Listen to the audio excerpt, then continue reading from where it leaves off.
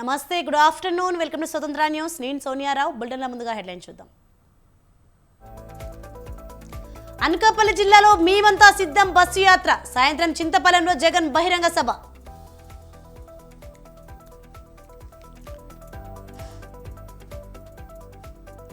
మెదక్లో రేవంత్ రెడ్డి పర్యటన. నీలం మధు నామినేషన్ కు హాజరు.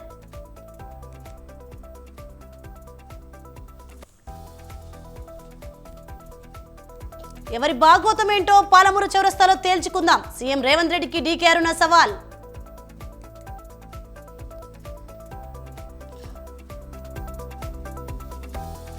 ఐపీఎల్ టికెట్ల విక్రయాల్లో అవకతవకలు జరుగుతున్నాయి. ఉప్పల్ స్టేడియం వద్ద విద్యార్థుల ఆందోళన.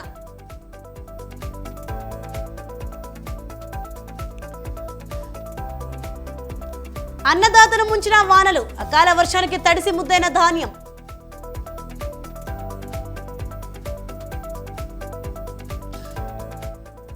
ఎలన్ మస్క్ భారత్ పర్యటన వాయిదా. ఏడాది చివరిలో సందర్శిస్తానంటూ ట్వీట్.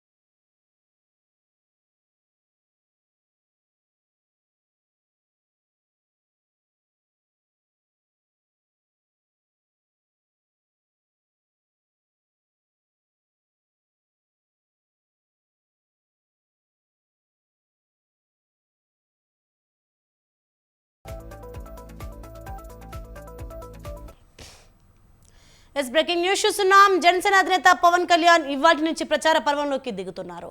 ఈ క్రమంలో ఆయన పిఠాపురం చేరుకున్నారు. గొల్లప్రోలు హెలీప్యాడ్ నుంచి రోడ్డు మార్గంలో చేబ్రోలులోని ఆయన నివాసానికి చేరుకున్నారు. కాసేపట్లో ఉప్పాడ మండలం కొత్తపల్లి సురక్ష ప్యాలెస్లో టీడీపీ నేతలతో సమావేశమవుతారు. సాయంత్రం రాజానగరం నియోజకవర్గంలో వరాహి విజయయాత్ర బహిరంగ సభలో పవన్ పాల్గొంటారు.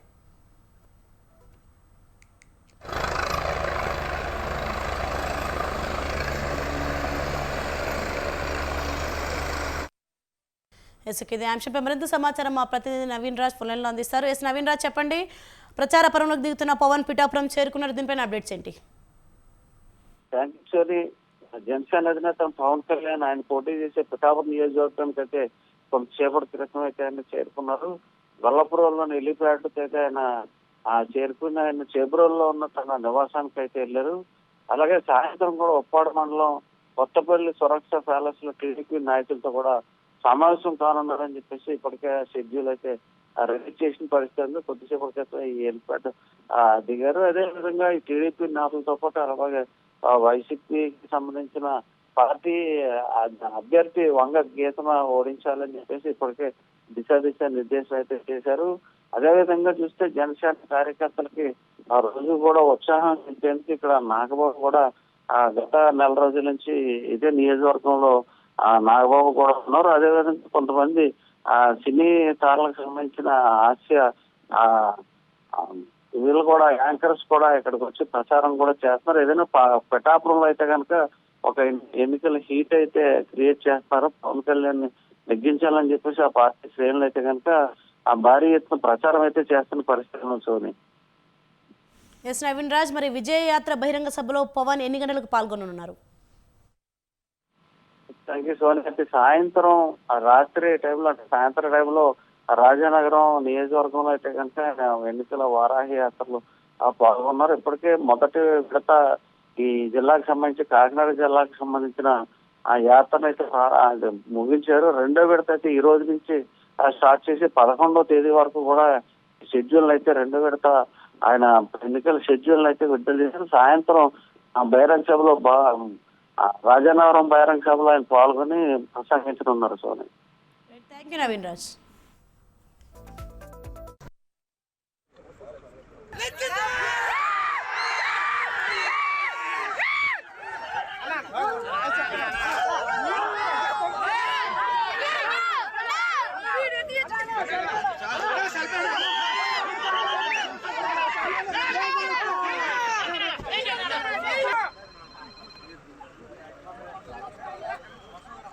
Okay sir thank you okay sir.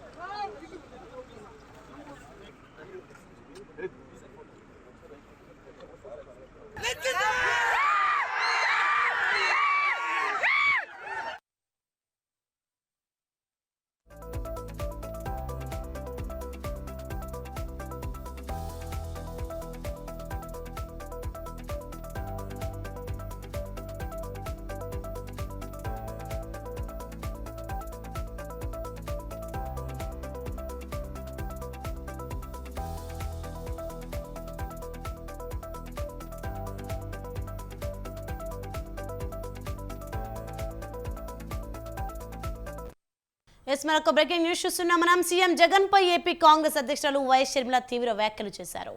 Jagan ను చిన్న రాయితో కొడితేనే హత్యాయత్నం అంటున్నారని మండిపడ్డారు. విజయమ్మను కూడా అవమానించే స్థాయికి దిగజారిపోయారని ఆగ్రహం వ్యక్తం చేశారు. హత్య రాజకీయాలు అంతం కావాలని అన్నారు. వివేక హత్య కేసులో 5 ఏళ్లుగా సునీత న్యాయ పోరాటం చేస్తుందని చెప్పారు. ఛార్జిషీట్లో ప్రస్తావించిన విషయాలనే మాట్లాడుతున్నామని షర్మిల చెప్పారు. ప్రజలు న్యాయం వైపు ఆలోచించాలని కోరారు. గారికి తలకి మొన్న ఒక రాయి తగిలి చిన్న గాయమైంది. ఒక రాయి తగిలి జగన్మోహన్ రెడ్డి గారి తలకు గాయమైతే దాన్ని సాక్షి పేపర్లో హత్యాయత్నం అనే ఒక బ్యానర్ వేశారు. అంటే ఒక రాయితో ఒకడు హత్య చేయాలని చూశాడట. అది కూడా ఒక కుర్రోడు బుల్లెట్తో కాల్చడం కాదు, ఒక రాయితో ఒక కుర్రోడు హత్య చేయాలని చూశాడట. దానికి హత్యాయత్నం అని పెద్ద బ్యానర్ ఐటమ్ చేశారు. జగన్మోహన్ రెడ్డి గారు సమాధానం చెప్పాలి. ఒక రాయితో కొడితే మీకు అది హత్యాయత్నం లాగా కనిపించింది. అదే వివేకానంద రెడ్డి గారిని 7 సార్లు గొడ్డలితో నరికి నరికి నరికి చంపితే ఆయన తలలో ఎముకలు కనిపిస్తున్నాయి, ఆయన మెదడు బయటికి వచ్చింది. అలాంటిది మీకు హార్ట్ అటాక్ లాగా ఎందుకు కనిపించింది? అది హార్ట్ అటాక్ అని ఎందుకు ప్రచారం చేసింది సాక్షి? జగన్మోహన్ రెడ్డి గారు సమాధానం చెప్పాలి.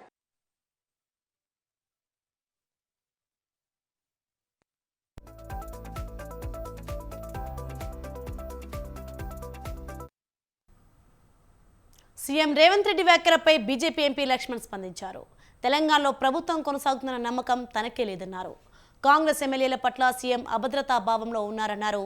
అందుకే తమ ఎమ్మెల్యేలను టచ్ చేస్తే మాడి మసైపోతారని, వారికి హైటెన్షన్ వైర్లా తాను కాపలా ఉన్నానని చెప్పారన్నారు. గతంలో తన 100 రోజుల పాలన ఒక రెఫరెండంలా భావిస్తానని చెప్పి నేడు తనపై కుట్రలు చేస్తున్నారని అంటున్నారన్నారు. ఇక కేసీఆర్ బీజేపీని రెచ్చగొట్టే విధంగా మాట్లాడుతున్నారని ఆగ్రహం వ్యక్తం చేశారు. 20 మంది కాంగ్రెస్ ఎమ్మెల్యేలు తమతో టచ్లో ఉన్నారని చెప్పిన గంటలోనే ఓ బీఆర్ఎస్ ఎమ్మెల్యే కాంగ్రెస్ టచ్లోకి వెళ్లారన్నారు. పార్టీ ఏమో రేవంత్ రెడ్డి గారు చాలా స్పష్టంగా మా కాంగ్రెస్ ఎమ్మెల్యేలు ముట్టుకుంటే మరి మాడి మస్ అయిపోతారు, నేను హై టెన్షన్ వైర్లా కాపలా ఉంటానని. అంటే ఇవాళ కాంగ్రెస్ ఎమ్మెల్యేల పట్ల నమ్మకం లేకుండానే రేవంత్ రెడ్డి గారు హై టెన్షన్ వైర్గా మారుతూ ఉన్నారా? అసలు హై టెన్షన్ వైరు సెక్యూరిటీ ఇవ్వాల్సిన పరిస్థితి కాంగ్రెస్ ఎమ్మెల్యేలకు ఎందుకు వస్తుందో అంత అభద్రతా భావం మరి ఎందుకు రేవంత్ రెడ్డి గారు వ్యక్తం చేస్తున్నారో అర్థం కావటం లేదు.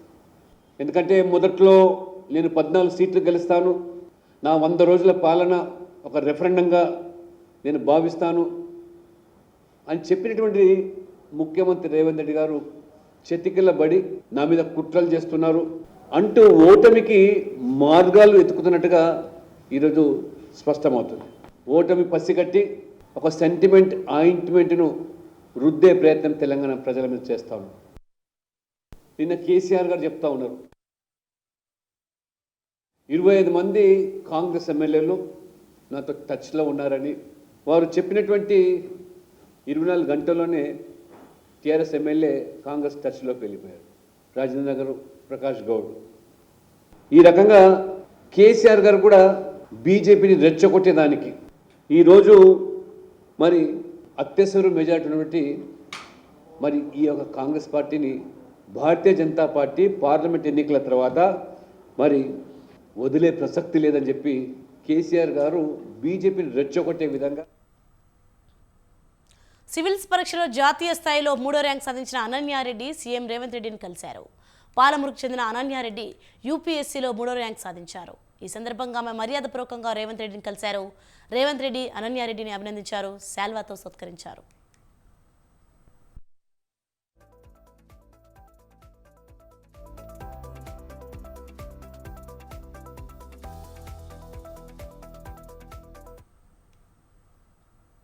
ఏలూరు జిల్లా పోలవరం నియోజకవర్గ కూటమి నేతలతో అసంతృప్తులు తొలగిపోయాయి. బుట్టాయిగూడెం మండలం బూసరాజుపల్లి టీడీపీ కార్యాలయంలో కూటమి నేతల సమన్వయ సమావేశం జరిగింది. దీనికి జనసేన నేత బాలరాజు, టీడీపీ నేత శ్రీనివాస్ హాజరయ్యారు. వచ్చే ఎన్నికల్లో కూటమి నేత జనసేన ఎమ్మెల్యే అభ్యర్థి బాలరాజు గెలుపు కోసం కృషి చేస్తానన్నారు శ్రీనివాస్. జనసేన, టీడీపీ, భారతీయ జనతా పార్టీ 3 పార్టీలు కలిపి ఏకస్థులై పోరాటం చేసి ఏమైనా ప్రజాకంటకుడు జగన్మోహన్ రెడ్డి ప్రభుత్వం ఉపయోగించుకొని అన్ని రకాలుగా అన్ని వ్యవస్థలను నిర్వీర్యం చేసినటువంటి ఈ జగన్మోహన్ రెడ్డి ఈ రకంగా పరిపాలన చేయడానికి అర్హుడు కాదు. కాబట్టి ఏదైనా కనుక ఈ పోలవరం ప్రాజెక్టు ఈ కాన్స్టిట్యూన్సీ ఉంది, పోలవరం ప్రాజెక్టు అతను దాన్ని ఎలా బాగు చేయాలి అని చెప్పి చంద్రబాబు నాయుడు చూస్తున్నాడు. చంద్రబాబు నాయుడు గారు చేసిన ఏ పని నేను పాడు చేయాలని అదే పనిగా పెట్టుకున్నాడు. అలాగే అమరావతి కూడా పాడు చేశాడు, అలాగే ఇక్కడ కూడా పాడు చేయడానికి చేస్తున్నాడు. ఖచ్చితంగా ఈ రాష్ట్ర విజయవాడలోని సిపి కార్యాలయం వద్ద ఉద్రిక్తత చోటు చేసుకుంది. సిపి కాంతి రాణాను కలిసేందుకు వడ్డెరక్కుల సంఘం నేతలు పెద్ద సంఖ్యలో అక్కడికి వచ్చారు. అనుమతి లేదంటూ వారిని పోలీసులు అడ్డుకోవడంతో పరిస్థితి ఉద్రిక్తంగా మారింది. సీఎం జగన్పై గులకరాయి దాడి కేసులో పోలీసులు దుర్గారావును తీసుకెళ్లారంటూ అతన్ని చూపించాలంటూ భార్య, కుటుంబ సభ్యులు ఆందోళనకు దిగారు. తన భర్త ఏ తప్పు చేయలేదని, పోలీసుల వద్ద ఎలాంటి సాక్ష్యాలు లేనందునే అతన్ని దాచిపెట్టారని భార్య ఆరోపించారు. దీంతో ఆందోళన చేసిన వారిని పోలీసులు అదుపులోకి తీసుకొని అక్కడి నుంచి తరలించారు.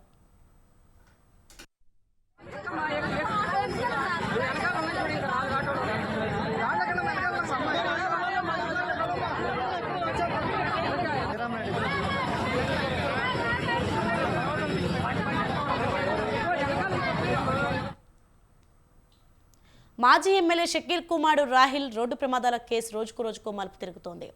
ప్రజాభవన్ వద్ద ప్రమాదానికి పాల్పడిన రాహిల్ కేసులో నిందితుడికి సహకరించిన 2 ఇన్స్పెక్టర్లు సహా 15 మంది పోలీసులు ఇప్పటికే అరెస్ట్ చేశారు. ఆ కేసు దర్యాప్తులో ఉండగానే జూబ్లీహిల్స్లో మరో ప్రమాదం వ్యవహారం చేసినట్లు బయటపడింది. ఆ కేసులోనూ అప్పుడు కేసును దర్యాప్తు చేసిన పలువురు అధికారులపై సస్పెన్షన్ వేటు వేశారు.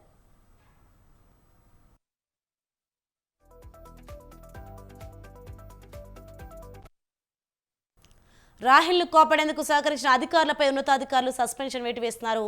కేసు నుంచి తప్పించేందుకు సహకరించారనే ఆరోపణలతో తాజాగా Hyderabad police control room SI, అప్పటి జూబ్లీహిల్స్ సెక్టార్ ఎస్ఐ చంద్రశేఖర్ను హైదరాబాద్ కమిషనర్ శ్రీనివాస్ రెడ్డి సస్పెండ్ చేశారు. GHMC vigilance and enforcement DSP Sudarshan, chief office IT cell DSP Rajasekhar రెడ్డిని కూడా సస్పెండ్ చేసినట్లు తెలుస్తోంది.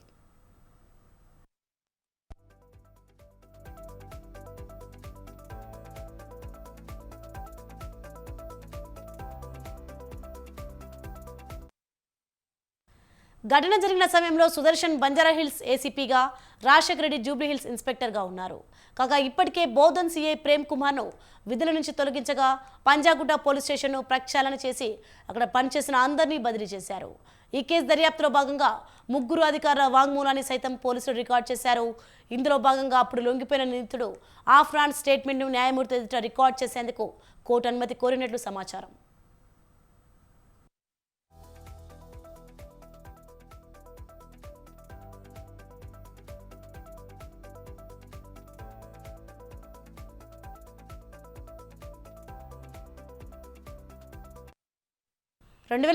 మార్చి 15న జూబ్లీహిల్స్లో జరిగిన రోడ్డు ప్రమాదంలో ఓ చిన్నారి మృతి చెందిన కేసు పునర్విచారణలో రాహిల్కి కీలక నిందితుడిగా పోలీసులు గుర్తించారు. ఈ కేసులో ఆఫ్రాన్ తానే నేరం చేసినట్టుగా లొంగిపోయాడని పోలీసులు ప్రకటించారు. స్టీరింగ్పై వేలిముద్రలు ఆఫ్రాన్ వేలిముద్రలతో సరిపోలేయారని పోలీసులు తెలిపారు. కానీ ఇటీవల రాహిల్ తన కారులో ముఖ్యమంత్రి క్యాంప్ కార్యాలయం వద్ద బారికేలను ఢీకొన్న ప్రమాదంలో అతను తప్పించేందుకు సహకరించిన 2 ఇన్స్పెక్టర్లపై క్రిమినల్ కేసు నమోదైన నేపథ్యంలో పాత కేసుపై అనుమానాలు మొదలయ్యాయి.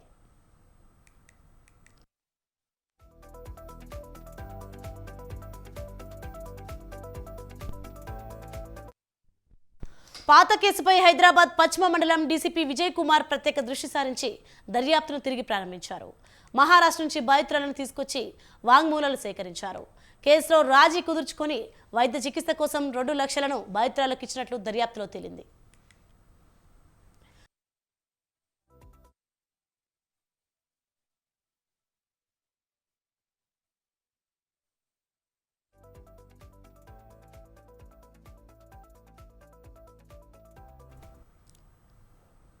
As a KV Bulletin updates. For more updates, keep watching Swatantra News.